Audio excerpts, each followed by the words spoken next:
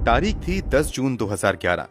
उत्तर प्रदेश के गोरखपुर के कमलेशपुरम कॉलोनी की रहने वाली एक लड़की किसी जरूरी काम से घर के बाहर निकलती है, लेकिन देर शाम तक वापस नहीं आ पाती है।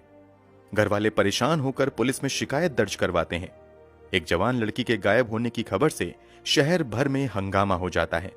पुलिस तेजी से काम करते हुए उस लड़की को ढूंढने निकलती है, मगर मुर्दा। लड़की का शव परिवार वालों को सौंप दिया जाता है और उसका अंतिम संस्कार भी कर दिया जाता है। अब सबसे बड़ा सवाल था कि इस लड़की की हत्या किसने की है। पुलिस इसी सवाल का जवाब तलाशने के लिए दिन रात एक कर देती है। पुलिस की मेहनत रंग लाती है और फाइनली पुलिस को जवाब भी मिल जाता है। जवाब हिला देने वाला था। दुनिया की नजर में जिसकी हत्या हुई थी, असल में वही मर्डरर भी था। ऐसा कैसे पॉसिबल है कि जिसका कत्ल हुआ वही इस केस की कातिल भी हो। हम आपको जिस सच्ची घटना की पूरी कहानी बताने जा रहे हैं, उसमें सच में ऐसा ही हुआ था। शायद आपको अभी बातें समझ में नहीं आ रही होंगी, मगर जब आप इस वीडियो को आखिर तक देखेंगे और हिला देने वाली कहानी की पूरी सच्चाई जानेंगे, तो आपके होश उड़ जाएंगे। पूरी कहानी कल्पना से परे है और इस पूरी कहानी को अंजाम देने के पीछे की वजह और भी भयावह है। तो आखिर क्या है रहस्यों से भरी इस कहानी की पूरी सच्चाई? चलिए जानते हैं सब कुछ वीडियो में आगे। तो चलिए अब कहानी शुरू करते हैं। इस पूरी कहानी की सबसे अहम किरदार हैं शिखा दुबे। शिखा दुबे उत्तर प्रदेश के गोरखपुर के कमलेशपुरम इलाके में अपने परिवार वालों के साथ रहा करती थीं। 2011 में शिखा दुबे की उम्र 23 साल थी और वो इस समय दीनदयाल उपाध्याय यूनिवर्सिटी से पोस्ट ग्रेजुएशन की पढ़ाई कर रही थीं। शिखा देखने में बेहद ही मासूम और शरीफ थीं। शिखा 10 जून 2011 को कुछ जरूरी काम के लिए घर से बाहर निकलती हैं। शिखा घर वालों को कहकर जाती हैं कि थोड़ी देर में वापस आ जाऊंगी, मगर काफी देर हो जाती है, मगर वो वापस नहीं लौटती हैं। जैसे जैसे शाम ढलती है, परिवार वालों की चिंताएं भी बढ़ने लगती हैं। ज्यादा अंधेरा हो जाने पर परिवार वाले अपने स्तर से शिखा दुबे की खोजबीन शुरू कर देते हैं। दोस्तों, रिश्तेदारों तक को फोन किया जाता है, मगर शिखा की जानकारी कहीं से नहीं मिलती है। जब शिखा का कहीं भी अता पता नहीं चलता है, तो थक हार कर शिखा दुबे के पिता राम प्रकाश दुबे गोरखपुर के एक स्थानीय पुलिस स्टेशन में जाकर बेटी के गायब होने की शिकायत दर्ज करवाते हैं। मामला दर्ज करने के बाद पुलिस वाले राम प्रकाश दुबे से पूछते हैं कि क्या आपको किसी पर शक है। जवाब में वो दीपू यादव का नाम लेते हैं। दीपू यादव ही इस कहानी का दूसरा सबसे अहम किरदार है। राम प्रकाश दुबे के मुताबिक दीपू यादव उन्हीं के पड़ोस में रहता है।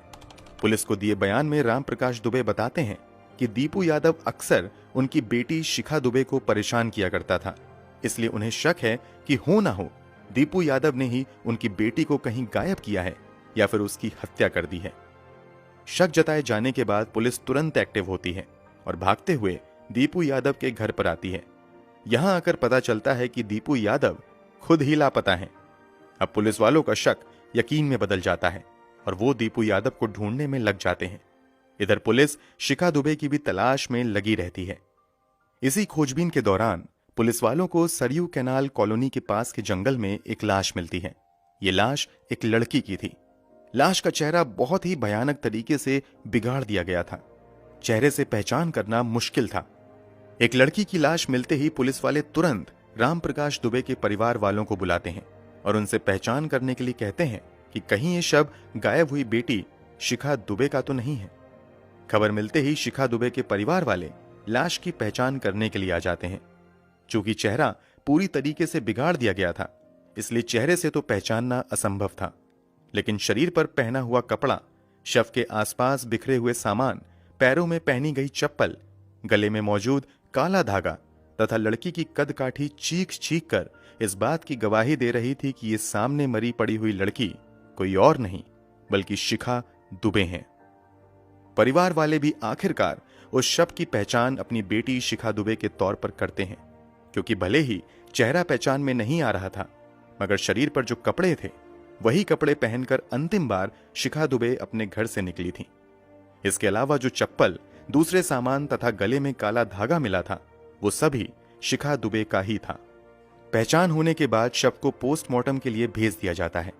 पोस्टमार्टम में खुलासा होता है कि गला दबाकर हत्या करने के बाद लड़की के चेहरे को धारदार हथियार से काटा गया है और भारी चीज से हमला करके चेहरे को बर्बाद भी किया गया है। इसके अलावा पोस्टमार्टम में सेक्सुअल हैरेसमेंट की भी पुष्टि होती है। शरीर को कई जगह सिगरेट से जलाया भी गया था। मतलब लड़की के साथ हैवानियत की सारी हदों को पार किया गया था। इस दरिंदगी की खबर बाहर आते ही लोगों का गुस्सा भड़क जाता है और लोग जल्द से जल्द आरोपी के गिरफ्तार की मांग करने लगते हैं। इधर पोस्टमार्टम के बाद सभी जरूरी फॉर्मेलिटीज पूरी करने के बाद लड़की का शव परिवार वालों को सौंप दिया जाता है, जो विधिवत तरीके से उसका अंतिम संस्कार भी करते हैं। इस घटना ने बड़े स्तर पर अखबारों की सुर्खियां बटोरी थीं और लोगों में बड़ा गुस्सा था। इसलिए पुलिस वाले भी तत्परता दिखाते हुए जल्द से जल्द हत्यारों की तलाश में लग जाती है।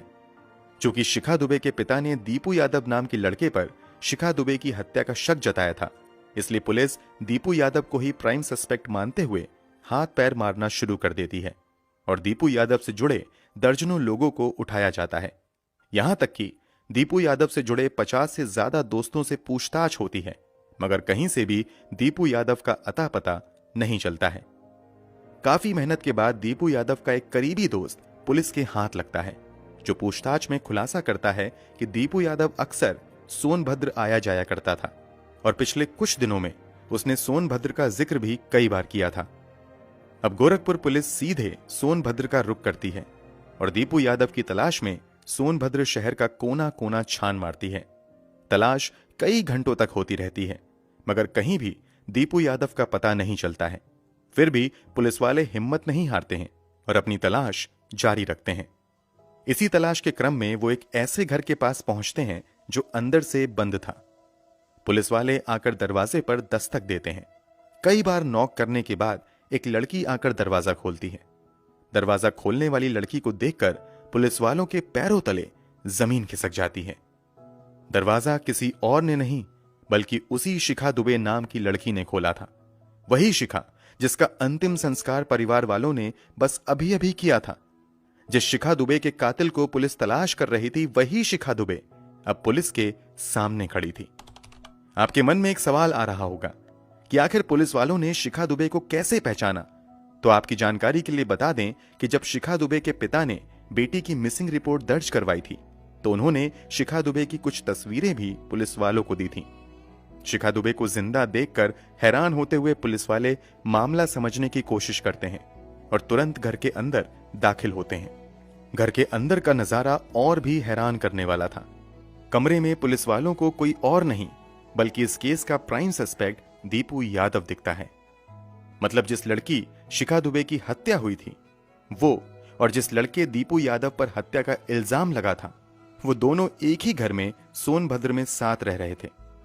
यहां एक और बड़ा सवाल यह था कि जिस शिखा दुबे का कत्ल हुआ था, वो तो पुलिस को जिंदा मिल गई थी, तो अभी अभी परिवार वालों ने जिस लड़की को अपनी बेटी मानकर अंतिम संस्कार किया था, वो कौन थी? उसकी हत्या किसने की थी? अब पुलिस इन सभी सवालों का जवाब तलाशने में लग जाती है। इन सभी सवालों का सटीक जवाब कोई दे सकता था तो वो शिखा दुबे और दीपू यादव ही थे।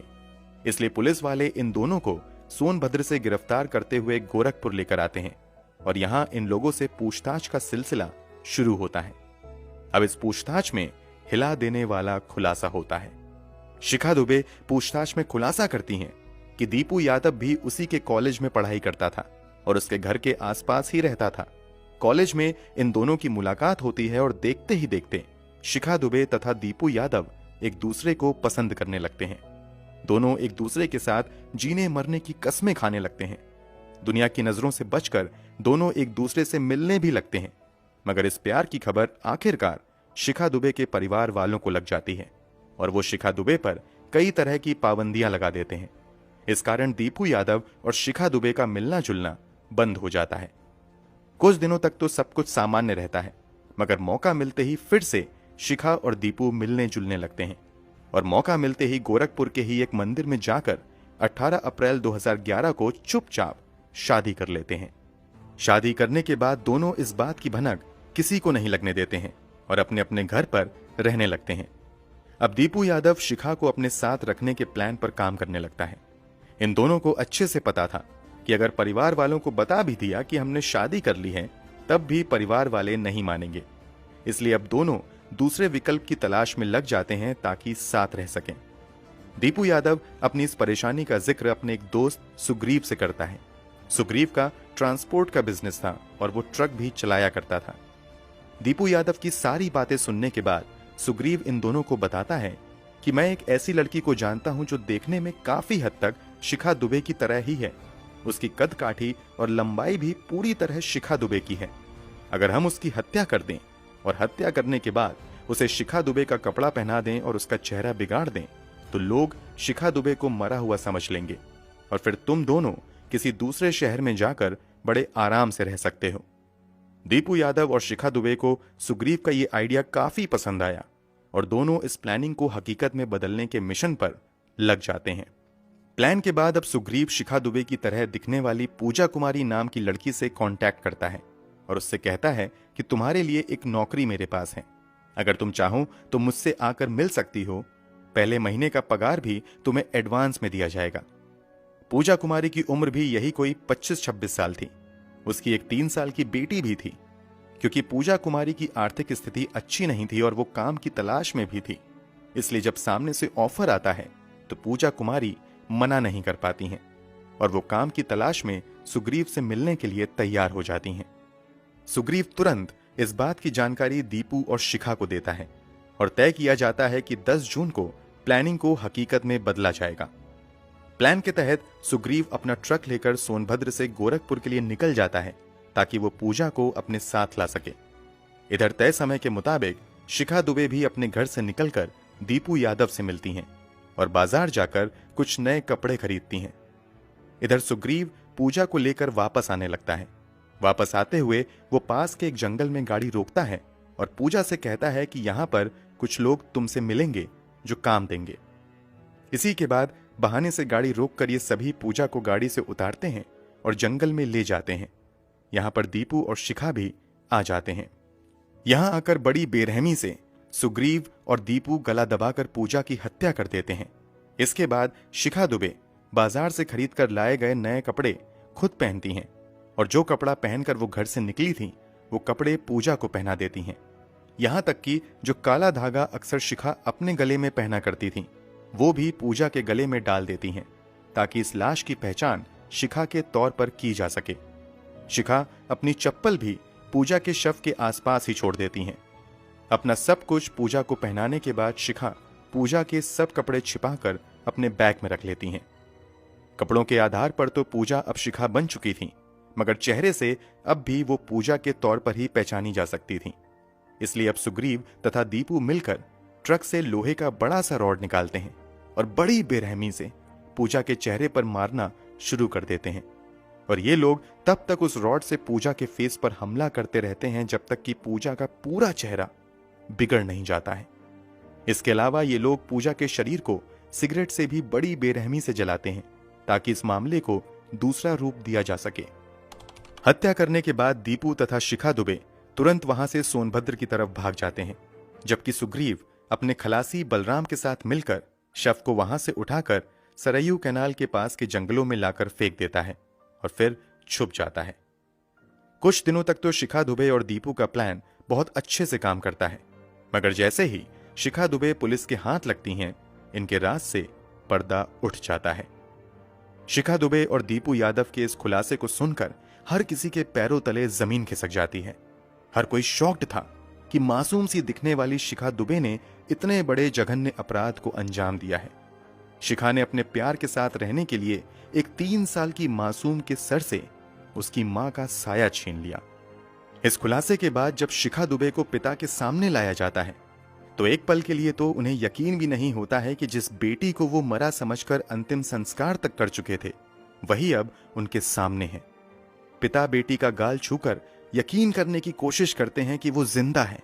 वो थोड़े भावुक भी होते हैं, मगर थोड़ी देर बाद अपनी भावनाओं पर नियंत्रण रखते हुए कहते हैं कि जितने जघन्य अपराध को इसने अंजाम दिया है, इसे जिंदा रहने का कोई हक नहीं है। ये मेरे लिए मर चुकी है। इन सभी खुलासों के बाद पुलिस दीपू यादव, सुग्रीव, शिखा दुबे तथा बलराम को गिरफ्तार करते हुए जेल भेज देती है। जिस शिखा दुबे का इस कहानी की शुरुआत में कत्ल होता है वही शिखा दुबे कहानी के अंत में कातिल निकलती हैं। पूजा की पोस्टमार्टम रिपोर्ट में सेक्सुअल हैरेसमेंट का भी जिक्र था, मगर इन लोगों में से किसी ने भी पूजा के साथ सेक्सुअल असॉल्ट की बात नहीं स्वीकारी और पुलिस भी इस बात को साबित नहीं कर सकी। फिलहाल इस केस की स्थिति क्या है सुनकर शायद आपको यकीन नहीं होगा। 2011 में घटी इस घटना के कुछ साल तक तो शिखा दुबे और दूसरे आरोपी जेल में रहते हैं, मगर कुछ साल बाद ही शिखा दुबे तथा दीपू यादव बेल लेकर जेल से बाहर आ जाते हैं। अमर उजाला की एक रिपोर्ट के मुताबिक जेल से बाहर आने के बाद शिखा दुबे तथा दीपू यादव अलग अलग शादी करके अपनी दुनिया बसा चुके हैं। वहीं कुछ खबरों के मुताबिक आज भी इस केस की फाइलें अदालत में धूल फांक रही हैं। अब तक कोई अंतिम फैसला नहीं आया है। हम इस न्यायिक प्रक्रिया पर कोई टिप्पणी नहीं करना चाहेंगे। इस पूरी घटना पर आपकी क्या राय है कमेंट बॉक्स में जरूर बताएं। अगर आपको हमारी मेहनत पसंद आई हो तो इस वीडियो को लाइक करते हुए शेयर भी करें।